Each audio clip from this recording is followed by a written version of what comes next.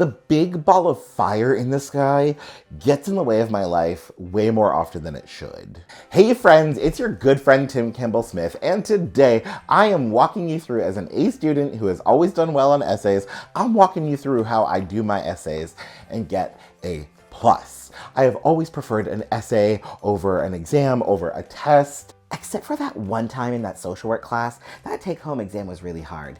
But it was more a problem with the prof, not the essay. And I'm going to give you all my good tips and tricks. Now, an important note out of the gate. I use AI for a few different things in my essays, and I encourage other people too. But I'll talk about how and how to do so ethically, but you first and foremost got to figure out what your school's rules are. Before you follow any suggestions, tips, tricks, advice that I give, check your school's rules and your prof's rules or your instructor's rules on AI use. You are bound by that first before you are bound by or can get away with anything that I suggest. Before we go too far, make sure you like and subscribe for all things higher ed, business, mental health, photography, and life. First, my first suggestion, and it's a weird first suggestion, but there's a lot of other reasons why, I want you to start by choosing the right platform to even write it in the first place. I either write my assignments in Google Docs or Microsoft Word. Google Docs, if I have a long period of time, if I have months to write the essay, so I know like, oh, I can work on it at home, I can work on it on the road. If it's something I'm hammering out pretty fast, I'll do it in Microsoft Word. The big things and the hints I'll give you now about why I recommend it is for track changes, history, and comments, which are really important. And I'll talk about why later, but start by choosing the right platform. Now, to start writing your essay, I want you to start with a really good outline. A really good outline will write your essay for you. With my outline, more specifically, what I start by doing is I actually write myself the question, what do I really want to say? And then I write it usually in bullet points. I just verbal diarrhea. What is it I actually want to say? So for a series of examples today in writing an essay, we're going to say that my hypothetical essay is racism is bad. Let's say that my prof gave me the topic of racism, and then I said, I'm going to write my essay that racism is bad. So I go, okay, what do I really want to say about racism? I want to say it's bad because, and I want to say this, and that. Okay. From there, I will then develop my thesis statement. So start by figuring out what do you actually want to say, and then from there, find your thesis statement. 1 to 3 sentences where that's the main point that you are proving. From your thesis, then outline, okay, what are the high-level points? So why is racism bad? It's bad for the economy, it's bad for communities, it's bad for individuals. Okay. And then I'll go, okay, what are the specifics I'm going to use? And then I'll start to just jot down any specifics I may want to mention.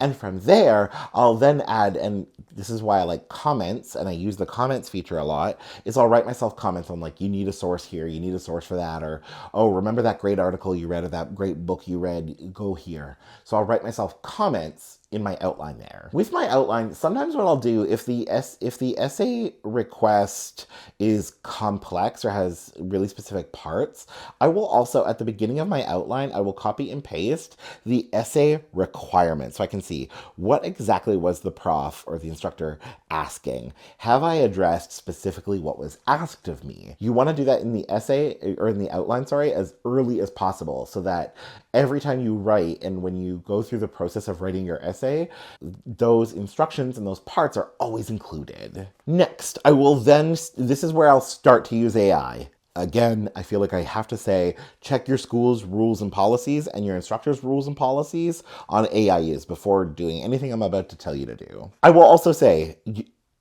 AI should not be writing your assignments for so many reasons. You lose out on critical thinking, you lose out on the practice of communicating ideas, and especially complex ideas, working through that. You're doing yourself a disservice. Frankly, you're making yourself dumber if you let AI actually write the assignments for you. Can't stress this enough. Do not copy, paste, directly use anything AI gives you. I'll start by using AI for lines of inquiry. So if I have no idea where to start my essay, before I even write the outline, I might go to AI.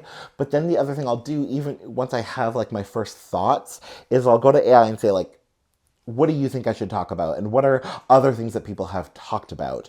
I'll go for lines of inquiry because AI is kind of like having a smart friend to bounce ideas off of. So I might think racism is bad, but AI might say, "Oh, well, you could also write an essay on how racism is good." And I'll go, "Oh, I never thought of that." You can also, and this is actually my favorite function of AI. I will ask AI to suggest references for me. So I'll say, "Hey, I'm going to write an essay on how racism is bad in Ontario, Canada. What are websites and sources that I should go to read and use in my essay?" And then I'll start there and start to go down that rabbit hole. I will also do it for revision. Again, I'm not copying and pasting and using anything it gives me, but I'll put in my essay and say, tell me what you think about this. Where can I improve? What are some improvements I could make or changes I could make? And I'll go from there. I'll ask for suggested topics, either for the whole essay or for parts of the essay. With suggested topics, I'll either do one of two things. One, so that you don't just use what it gives you, because that could be plagiarism or academic misconduct. It could also be lazy, or it could just be wrong. I sometimes will use a combination of things that it will say, so I'll kind of mix and match elements to make it my own. Or I'll ask it for suggestions, and then I'll say, okay, what hasn't it suggested that I can come up with on my own, and I'll go with that. So I tend to use a lot of AI at the beginning, but I've kind of mentioned you can use AI through it as well. When I start the writing process and I start with references, I will add references as I go. A lot of people won't reference until the very, very end, which is really dangerous. I will add references as I go. Anytime that I cite something, I build it into my references right away. Or if I have references I know I want to use, I will actually just write out the citation for them at the end of the document, and I'll use the comment feature, and I'll add a comment saying use this for this part of the essay, come back to it. Because in the process with comments is, I usually by the end of my first draft of my essay, it is littered with comments, and I resolve the comments, and I go to resolve the comments. I'm not done my essay until all comments have been resolved and handled. Hey, when I add myself a reference that I'm suggesting to myself to use. When it comes to starting the writing process, I'll also say, write whatever you want, and then revise, and then edit. Even famous authors will say, writing is just a painful process of revision. So I'll usually just hammer out, and I usually try to go for speed. I try to write as fast as I can the full first draft of the essay, and then I edit it. Yes, you will have to edit your essay. Yes, you will have to revise it. Hammer it out, then revise and edit. I revise and edit at least twice. If I have lots of time, I'll revise and edit 3 times. I think the most I've ever reviewed an essay was 4 times, but that's nuts. But at least edit and revise 1 or 2 times. When you're writing as well, something that makes for a really strong writing, and this has definitely gotten me a lot of brownie points and gold stars, is to address opposites. So address the opposite of your argument, address the opposites of what whoever you're citing or referencing, address those opposites. So if I write an essay on how racism is bad, I'll write a whole section or a topic on how some people think racism is good. Address it, and then also point out the flaws in those arguments to reinforce your position and your argument. And then once you've done all of that, you do your final revision. When it comes to revisions, here's what I'm doing. Typically, I will reread it for each thing that I'm looking for. So I'll read it once for citations to make sure that's right. I'll read it a second time, or I'll do Control F looking for contractions, because in academic writing, we don't use contractions. For example, you wouldn't say it's, you would say it is. I will revise for duplicate sentences. Me as a writer and as an academic writer, I'm really bad for this, where I will say the same thing 2 or 3 or 4 times. You only need one sentence, one time to say one thing. So go make sure every sentence adds something new. And if it's been said before, get rid of it. Go for clarity. This is also another weakness I have as a writer, where I'll go and I'll read something back and I'll go, what on earth was I trying to say with this sentence? And I have no idea. Sometimes I'll guess and I'll re-edit for clarity. Other times I just scrap it because I'm like, I have no idea what I was trying to say.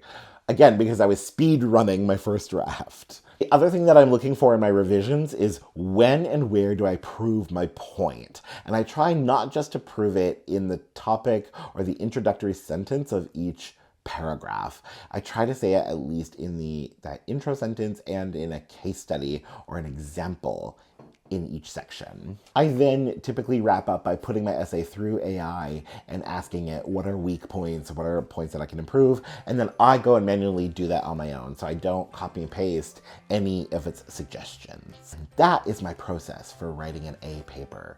Choose a good platform to work off of. I personally use Google Docs or Word. I'm using those comments and writing myself comments. Again, write whatever the heck you want to write that first draft, get it out there because it's so incredibly painful, and then revise and edit. I have found usually what accounts for and leads me to get an A, and the difference between even like a B paper and an A paper is the act of revising and revision. So I really want to drive that home. Edit and revise your papers. Comment and let me know any of your tips or tricks for writing A papers, or if you have any questions about writing essays in university that get A's, drop it in the comments and I'll happily respond and we can chat about it there. Otherwise, make sure you like and subscribe for all things higher ed, business, mental health, photography, and life, and otherwise, we'll chat soon. Bye for now.